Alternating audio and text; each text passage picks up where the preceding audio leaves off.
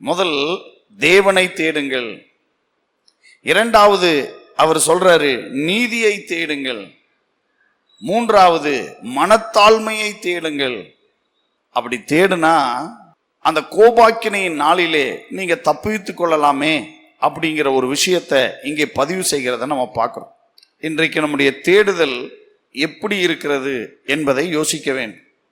ஒரு காலத்துல எல்லாம் பார்த்தீங்கன்னா காலையிலே கடவுளை தான் தேடுவாங்க. எந்த விஷயத்திற்கும் ஆண்டவரை தேடுறத அவங்க விட்டதே இல்லை. இயேசு கூட அதை தான் சொன்னார், முதலாவது தேவனுடைய ராஜ்யத்தையும் அவருடைய நீதியும் தேடுங்கள். இன்றைக்கு நீங்கள் தேடுகிறவர்களாய் இருக்கிறீர்களா? அப்படி தேடுகிறவர்களாய் இருப்பீர்கள் என்றால் எதை தேடுகிறீர்கள், எப்படி தேடுகிறீர்கள், எதற்காக தேடுகிறீர்கள்? இந்த ஆக்கியோன் சொல்றாரு, தேவனை தேடுங்கள், நீதியை தேடுங்கள், மனத்தாழ்மையை தேடுங்கள்.